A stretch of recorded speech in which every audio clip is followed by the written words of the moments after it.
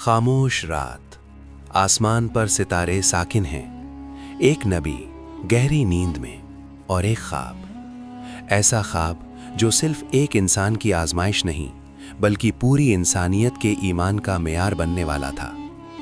क्या कोई बाप अल्लाह के हुक्म पर अपनी सबसे अजीज चीज़ कुर्बान कर सकता है? ये कहानी है ख्वाब की, ये कहानी है कुर्बानी की, ये कहानी है हज़रत इब्राहीम अलैहिस्सलाम की।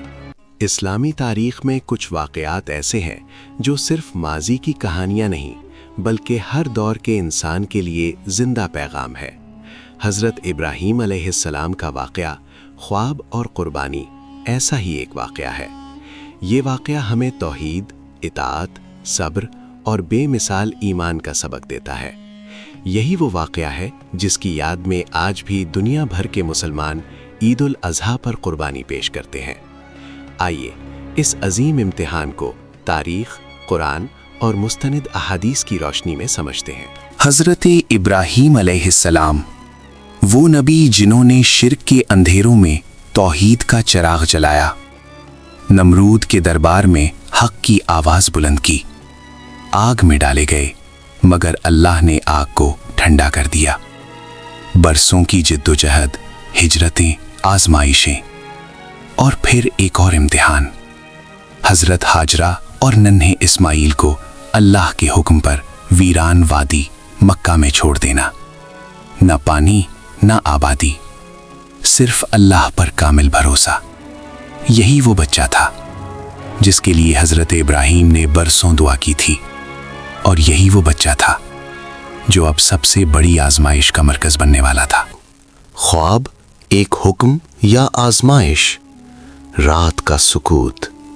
हज़रत इब्राहीम अलैहिस्सलाम ख्वाब में देखते हैं कि वो अपने बेटे इस्माइल अलैहिस्सलाम को ज़बह कर रहे हैं।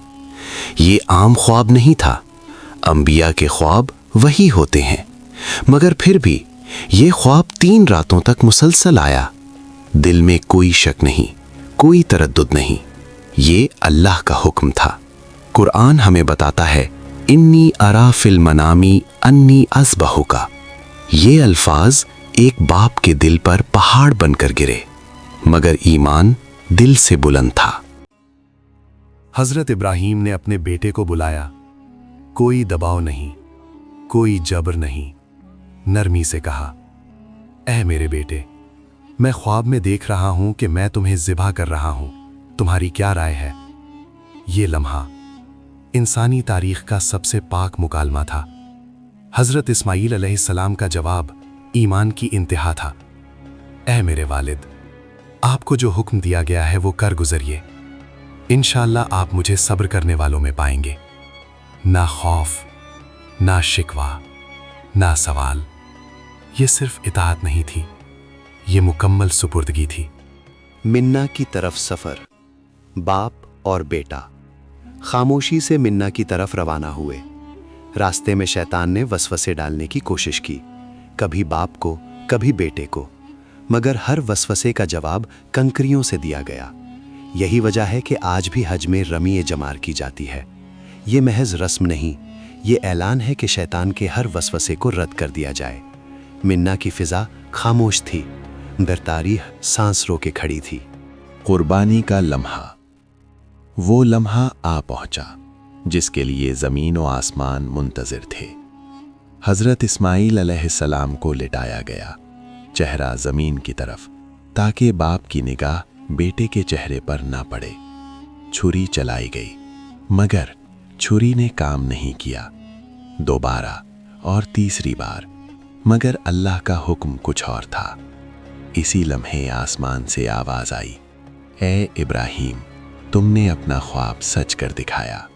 एक अजीम मेंढा नाजिल किया गया। कुर्बानी कबूल हो चुकी थी।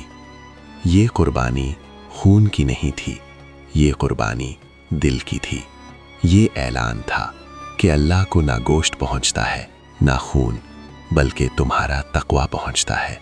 हज़रत इब्राहीम अलैहिस्सलाम का ये वाक़या हमें सिखाता है कि ईमान सिर्फ ज़बान से इकरार का नाम नहीं, ईमान अमल मांगता है, कुर्बानी मांगता है। आज हम जानवर ज़िबा करते हैं, मगर सवाल ये है کیا ہم اپنی خواہشات قربان کرتے ہیں؟ کیا ہم اپنی انا، حرص اور گناہوں کو قربان کرتے ہیں؟ یہی اس واقعے کا اصل پیغام ہے، اللہ کے حکم کے سامنے مکمل جھک جانا۔ اگر یہ کہانی آپ کے دل کو چھو گئی ہو تو اسے صرف سنیں نہیں، اسے اپنی زندگی میں اتاریں۔ یہی حضرت ابراہیم علیہ السلام کی قربانی کا حقیقی مقصد ہے۔